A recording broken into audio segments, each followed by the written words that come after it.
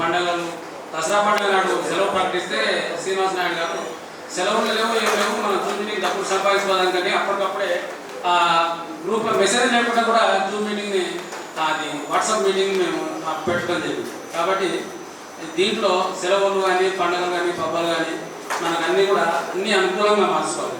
Okay, thank you sir.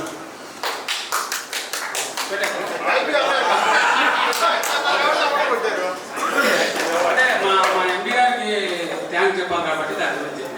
Okay, అందరికీ నమస్కారం అండి. నా పేరు బాలేనే.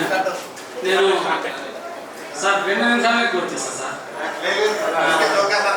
అదే ఓకే ఓకే సరే ఓకే. అయితే ఈ నా ప్రయాణం గురించి ఫస్ట్ మీ అందరికీ కూడా ఇక్కడ చాలామందికి తెలుసు, పేరు విని ఉంటారు బాలేనే అని. ఎందుకంటే శ్రీనివాస్ నాయుడు గారి పేరు విన్నప్పుడు నా పేరు కూడా వినాలని. శ్రీనివాస్ నాయుడు గారు రోహిత్ గారితో కలిసి జర్నీ చేస్తున్నాం. అప్పటి నుంచి ఇప్పటి వరకు అడుగులో వేస్తూ జూలై 6 నుంచి కంపెనీ స్టార్ట్ అయింది. జూలై 7 నుంచి ఒక గ్రూప్లో నేను కూడా స్టార్ట్ అయినా. ఈరోజు కూడా కొన్ని వేల మంది అంటే 1000 మందిని నేను కూడా గ్రూప్లో యాడ్ చేయడం జరిగింది. అలాగే నేను ఈ నెల మాది ఏంటంటే ఈ నెల బిజినెస్ మాది టైం జనవరి. కారణం ఏంటంటే మాకు అన్ని మంచి సమయాలు ఏంటంటే హైదరాబాద్లో ఆఫీస్ ఓపెన్ కావడం, నేను కొద్దిగా తెలంగాణలో నా టీం ఎక్కువ నాకు డెవలప్మెంట్ ఆల్రెడీ చాలామంది లీడర్ని అపాయింట్ చేసి పెట్టాం.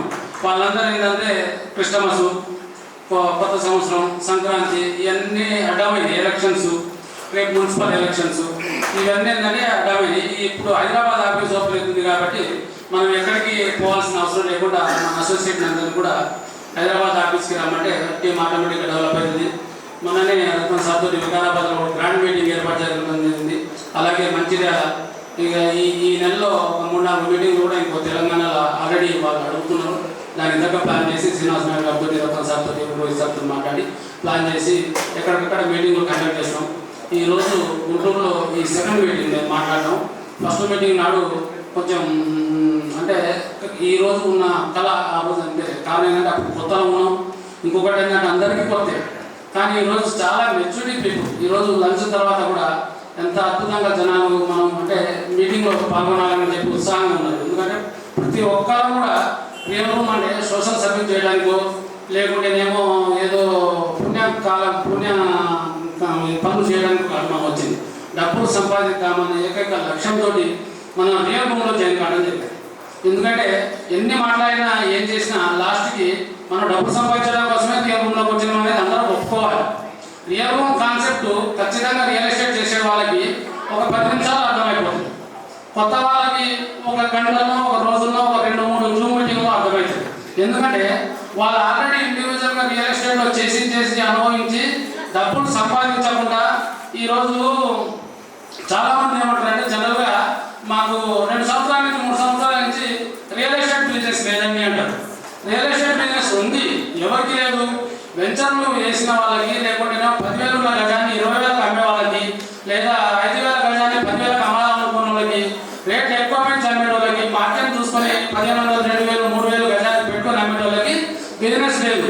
రెగ్యులర్గా బిజినెస్ ఉంది. ఏపీలో కానివ్వండి, తెలంగాణలో కానివ్వండి, మన రెవెన్యూ ఆదాయం ఎక్కువ ఈ భూముల మీద వస్తుంది. ఫస్ట్ ఏమో లిక్కర్ ఆదాయం, సెకండ్ మనం రిజిస్ట్రేషన్ ఆదాయం. మీరు ఏ రిజిస్టర్ ఆఫీస్ కన్నప్పండి స్లాట్ అడ్వాన్స్గా బుక్ చేసుకొని మనం రిజిస్ట్రేషన్ పోవాల్సిన పరిస్థితి ఏర్పడింది. అంటే బిజినెస్ ఉంది.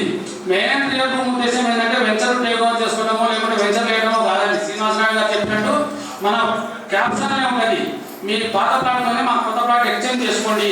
A to Z real estate service అంటే ఈ 2 ఉద్దేశాల వెనుక ఏంటంటే మనకు ఊళ్ళో ఎట్లా లేదన్నా కూడా ప్రతి రోజు కూడా కొన్ని వందల ట్రాన్సాక్షన్ నడుస్తాయి. ఒక మున్సిపాలిటీ లెవెల్, ఒక గ్రామ పంచాయతీ లెవెల్, అంటే ఒక మండల లెవెల్లో కానీ అంటే కనీసం ఒక మొత్తం నడుస్తుంది. ఈ ట్రాన్సాక్షన్లలో మనం ఏ భాగంలో ఉన్నాము, డబ్బులు సంపాదించేటప్పుడు పెద్ద పెద్ద కార్యాలు తిరుగుతూనే ఉన్నారు. 100, 500, 10 మంది, మిగతా 10-20 మంది బతకడానికి 20 మంది, 20% మంది, 30% మంది ఖర్చులో మనం సంపాదించుకుంటారు. మిగతా 50% మంది ఓన్లీ ప్లాట్లు చూపెట్టడానికో లేకుంటే ప్లాట్ గురించి చెప్పడానికో, చాయ్ హోటల్లో వ్యవహారం పెట్టడానికో, పొద్దున్నే సాయంత్రం ఏం చేస్తున్నాం అంటే రియల్ ఎస్టేట్ అని చెప్పడానికో పనిచేస్తుంది తప్ప 50-60% మాత్రం ఖాళీగానే ఉండదు.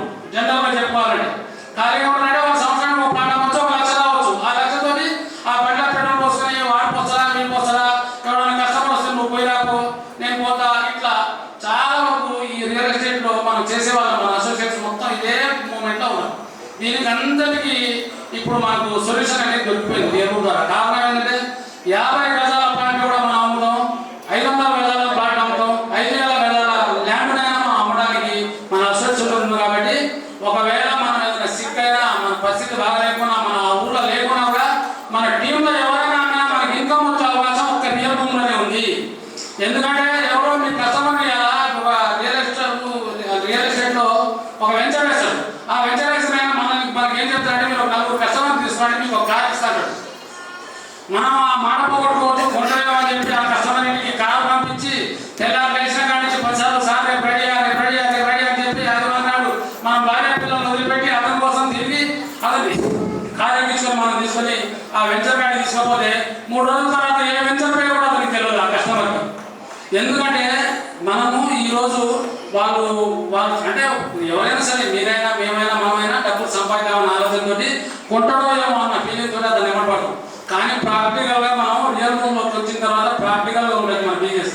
ఎందుకంటే అందరూ నచ్చని ప్లాన్. చాలా మంది ఈరోజు మార్నింగ్ చెప్తారు, ప్రతిరోజు కూడా చెప్తారు. ఏదైనా కస్టమర్ వస్తే ఆ కస్టమర్కి ఏం కావాలంటే మన దగ్గరకు వస్తాడు.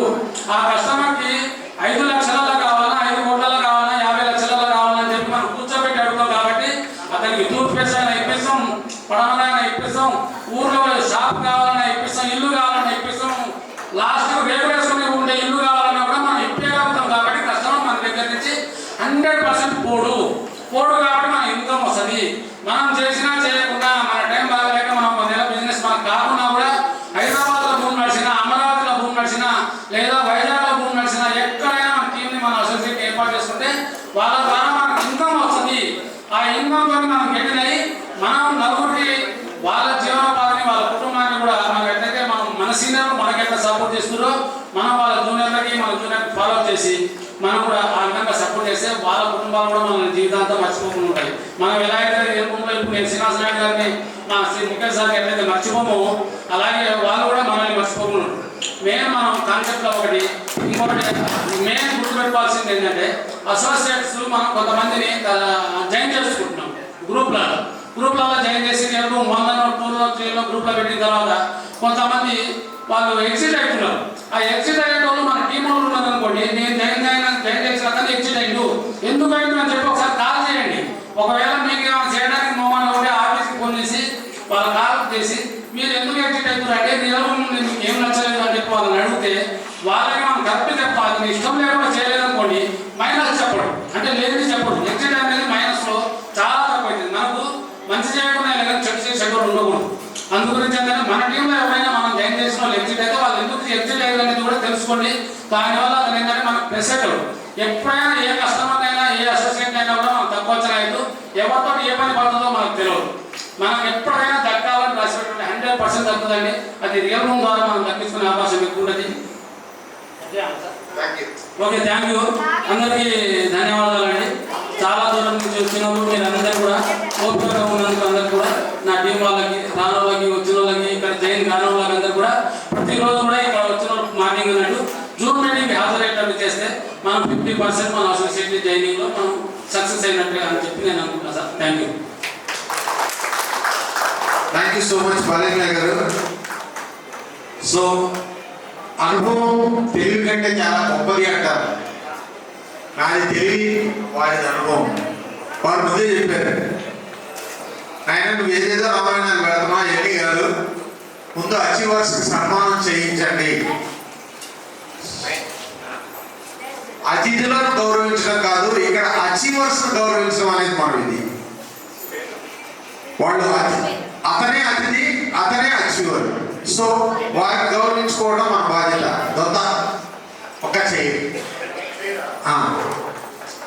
సో స్టేజ్ మీదకు శ్రీనివాస నాయుడు గారు, గురూజీ గారు, అదేవిధంగా పూర్ణ మాస్టర్ గారు, కోట శ్రీనివాసరావు గారిని స్టేజ్ మీదకి రావాల్సిందిగా కోరుతున్నాను.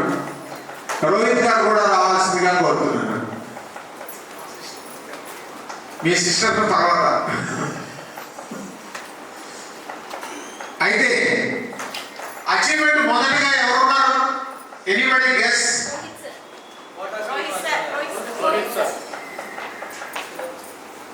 హైయెస్ట్ అని నేను అడగల, అచీవర్స్ లో మొదటగా ఎవరు ఉన్నారు అని అడిగాను నేను. చెప్పండి,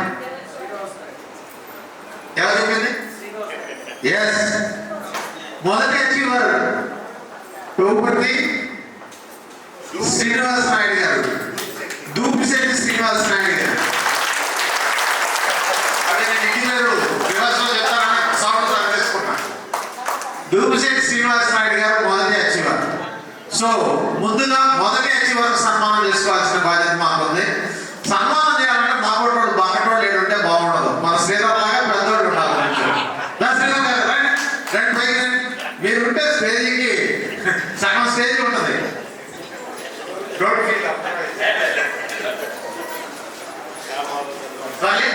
మనుగా ఒక గార్లెట్ ఒకటి తీసుకోండి, షాలో ఒకటి తీసుకోండి.